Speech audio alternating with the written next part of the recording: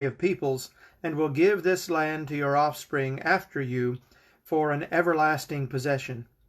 And now your 2 sons, who were born to you in the land of Egypt, before I came to you in Egypt, are mine.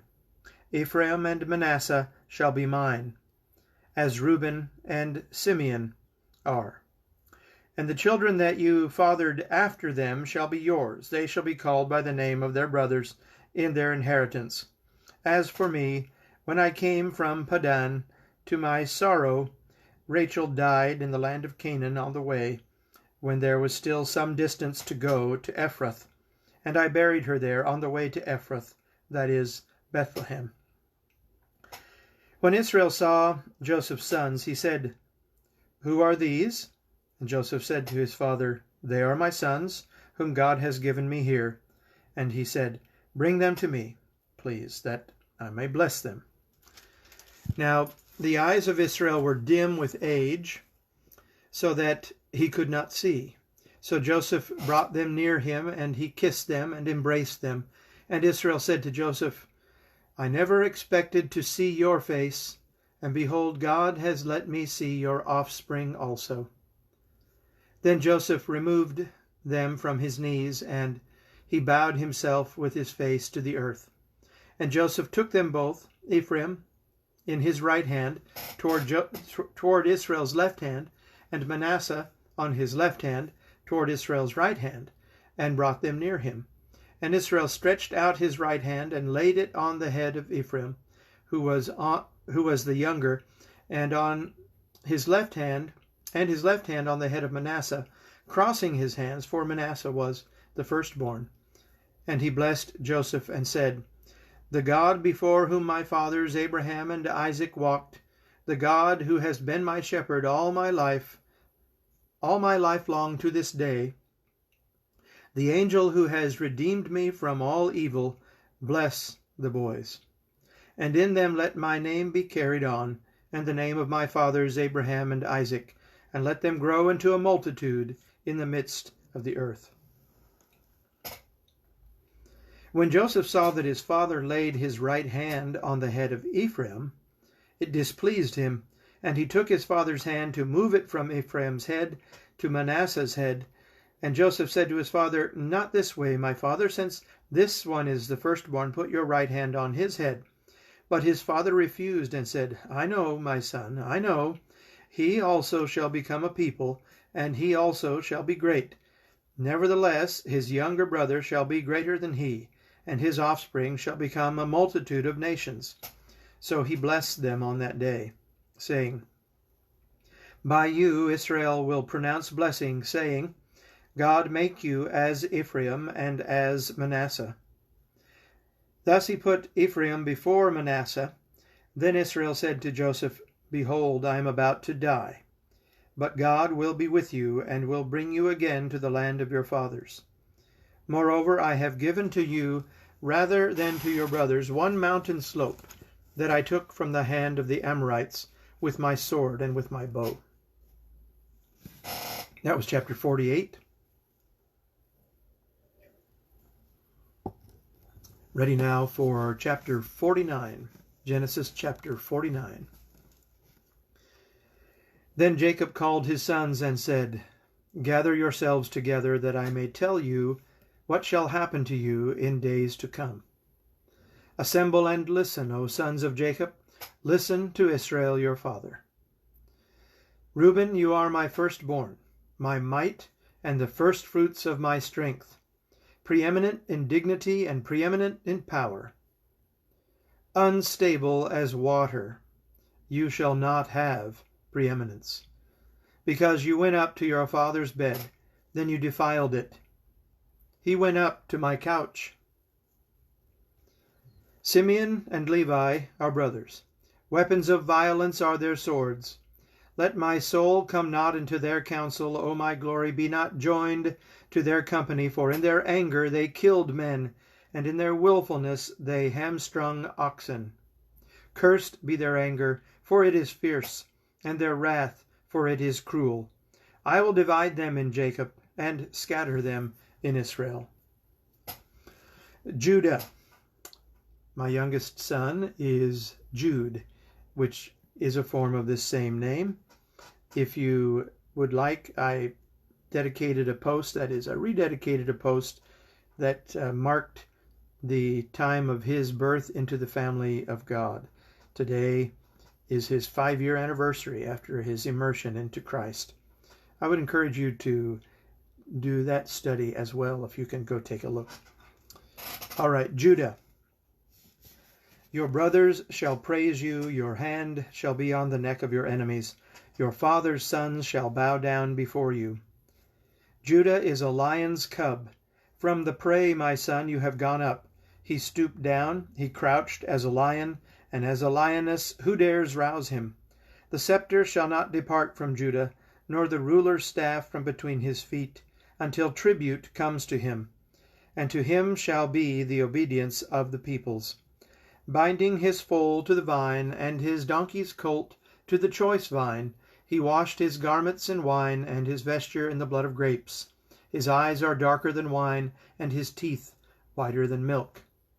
And if those words in the prophetic utterance regarding Judah are familiar, yes, indeed, they are fulfilled in the Messiah, our Lord and Savior, Jesus Christ. And so this tribe of Judah is the tribe that the Messiah comes from. And so that is why we see these words. Next is Zebulun. Hello to my grandson Zebulun out in California. I hope you get to watch this as well. Zebulun shall dwell at the shore of the sea. He shall become a haven for ships, and his border shall be at Sidon. And Zebulun, you live by the shore of the sea, very near to the Pacific Ocean, don't you? Chapter 49 of Genesis, we are reading. Ready now for verse 14. Issachar is a strong donkey, crouching between the sheepfolds. He saw that a resting place was good, and that the land was pleasant, so he bowed his shoulder to bear, and became a servant at forced labor. Dan shall judge his people. As one of the tribes of Israel, Dan shall be a serpent in the way, a viper by the path, that bites the horse's heels, so that his rider falls backward.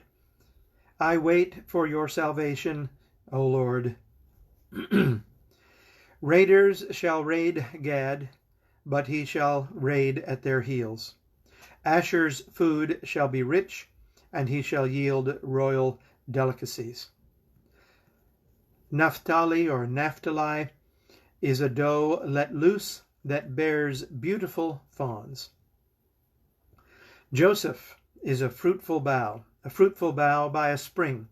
His branches run over the wall. The archers bitterly attacked him, shot at him, and harassed him severely, yet his bow remained unmoved. His arms were made agile by the hands of the mighty one of Jacob, for there is the shepherd, the stone of Israel. By the God of your father who will help you, by the Almighty who will bless you with blessings of heaven above, blessings of the deep that crouches beneath, blessings of the breasts and of the womb. The blessings of your father are mighty beyond the blessings of my parents, up to the bounties of the everlasting hills. May they be on the head of Joseph and on the brow of him who was set apart from his brothers. Benjamin is a ravenous wolf, in the morning devouring the prey, and at evening dividing the spoil. All these are the 12 tribes of Israel. This is what their father said to them as he blessed them, blessing each with the blessing suitable to him. Then he commanded them and said to them, I am to be gathered to my people. Bury me with my fathers in the cave that is in the field of Ephron the Hittite, the cave that is in the field of Machpelah, to the east of Mamre, in the land of Canaan, which Abraham bought with the field from Ephron the Hittite, to possess as a burying place. There they buried Abraham and Sarah his wife. There they buried Isaac and Rebekah his wife, and there I buried Leah, in the field and the cave that is in it that were bought from the Hittites. When Jacob finished commanding his sons, he drew up his feet into the bed and breathed his last and was gathered to his people. Chapter 50.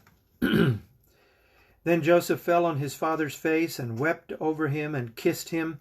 And Joseph commanded his servants, the physicians, to embalm his father. So the physicians embalmed Israel. 40 days were required for it, for that is how many are required for embalming. And the Egyptians wept for him 70 days. And when the days of weeping for him were past, Joseph spoke to the household of Pharaoh, saying, If I now have found favor in your eyes, please speak in the ears of Pharaoh, saying, My father made me swear, saying, I am about to die. In my tomb that I hewed out for myself in the land of Canaan, there shall you bury me. Now therefore let me please go up and bury my father, then I will return. And Pharaoh answered, Go up and bury your father, as he made you swear. So Joseph went up to bury his father. With him went up all the servants of Pharaoh, the elders of his household, and all the elders of the land of Egypt, as well as all the household of Joseph, his brothers, and his father's household. Only their children, their flocks, and their herds were left in the land of Goshen. And there went up with him both chariots and horsemen. It was a very great company. When they came to the threshing floor of Atad, which is beyond the Jordan, they lamented there with a very great and grievous lamentation, and he made a mourning for his father 7 days. When the inhabitants of the land, the Canaanites, saw the mourning on the threshing floor of Atad, they said, This is a grievous mourning by the Egyptians. Therefore the place was named Abel Misraim. It is beyond the Jordan. This his sons did for him, as he had commanded them. For his sons carried him to the land of Canaan, and buried him in the cave of the field of Machpelah, to the east of Mamre, which Abraham bought with the field from Ephron the Hittite, to possess as a burying place. After he had buried their father, Joseph returned to Egypt with his brothers, and all who had gone up with him to bury his father. When Joseph's brothers saw that their father was dead, they said, It may be that Joseph will hate us and pay us back for all the evil that we did to him. So they sent a message to Joseph, saying, Your father gave us command before he died. Say to Joseph, Please forgive the transgression of your brothers and their sin, because they did evil to you. And now, please forgive the transgression of your servants of the God of your father. Joseph wept when they spoke to him. His brothers also came and fell down before him and said, Behold, we are your servants. But Joseph said to them, Do not fear, for am I in the place of God? As for you, you meant evil against me, but God meant it for good, to bring it about that many people should be kept alive as they are today. So do not fear. I will provide for you and your little ones. Thus he comforted them and spoke kindly to them. So Joseph remained in Egypt, he and his father's house. Joseph lived 110 years. And Joseph saw Ephraim's children of the 3rd generation. The children also of Machir, the son of Manasseh, were counted as Joseph's own. And Joseph said to his brothers, I am about to die, but God will visit you and bring you up out of this land to the land that he swore to Abraham, to Isaac, and to Jacob. Then Joseph made the sons of Israel swear, saying, God will surely visit you, and you shall carry up my bones from here. So Joseph died, being 110 years old. They embalmed him, and he was put in a coffin in Egypt. I will make another reference to Pharaohs and Kings by David Roll. They were able to find the burial place of Joseph. It was not quite on the scale of some of the other pharaohs that have been found, but it was very grand in its scale. There was a statue of Joseph showing his name in Egyptian hieroglyphics on the wrapping around his neck. And there was a sarcophagus, which when they opened it was found empty, of course, because the Israelites took the bones of Joseph with them when they returned to the land of Canaan. All right. Thank you all for joining me today. I appreciate it, and I hope you appreciate it as well. The word of the Lord is quick and powerful. Learn to wield it well. Thank you, and have a great day.